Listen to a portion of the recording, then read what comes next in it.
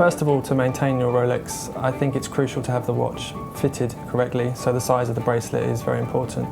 If the watch is not if it's too tight, it's uncomfortable. If it's too loose, it will flap around your wrist, which is not good for the watch for two reasons. First of all, the bracelet will actually wear faster because it's pulling it in directions that it shouldn't do.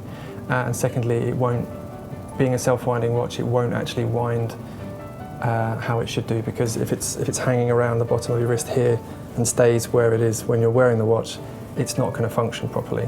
And also another thing about the bracelet is to keep it clean. So just something simple as a toothbrush and some fairy liquid, just to sort of scrub just around the back, in between the links and around the glass, can make a huge difference and is not going to damage the watch. And then just give it a rinse with some water afterwards.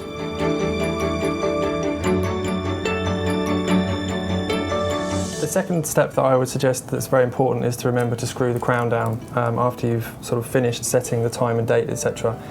You must always screw the crown down because A, it makes the watch water resistant, and B, it keeps any contaminants and dust, etc. out of the case. So this is very important.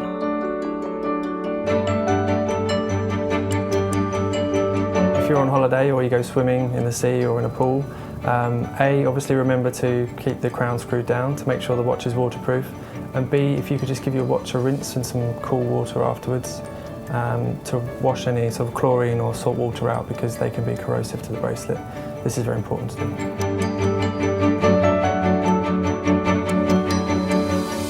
The way you lay your watch down of an evening or a night time is very important, because most of the time watches are laid down onto a hard surface.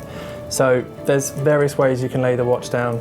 You could first of all lay it this way, but obviously if you're rubbing a lovely polished case surface on a hard surface, that can scratch the watch. The second way you could do it is to lay it flat on its clasp, but again, the clasp can actually scratch the case back. The way I recommend you lay the watch is on the crown, on its side, because it's a smaller surface area of the watch that's touching the surface, so it's less likely to become scratched.